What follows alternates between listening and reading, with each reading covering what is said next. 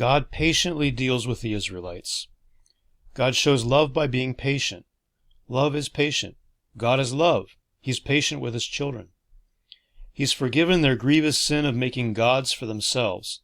He continues to feed them miracle bread and give them water for their thirst. God doesn't get revenge for their sin against him.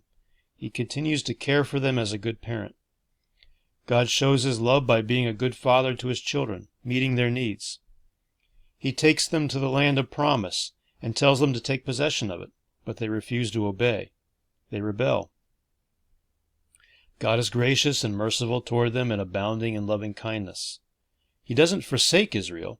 Many die along the way because of their own choice of rebellion and sin and justice needing to be served.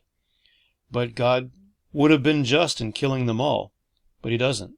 He remains faithful to his word to Abraham. He shows mercy and retains a remnant. God shows love to the remnant. Their clothing never wears out. Their feet never swell in all their wandering. God was always caring for them and providing for them.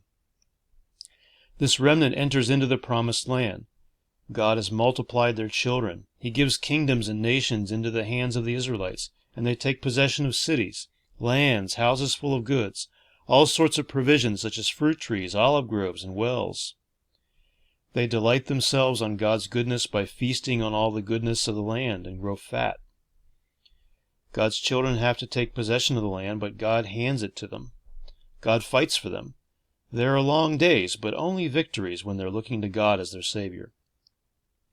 But then they grow fat. They're letting their bellies be their gods. They stop looking to the Lord because there was no enemy attacking. They had what satisfied them. They were satisfied in something other than God. David would sing, "Delight yourself in the Lord, and he will give you the desires of your heart." They found their delight in fleshly pleasures to their own detriment.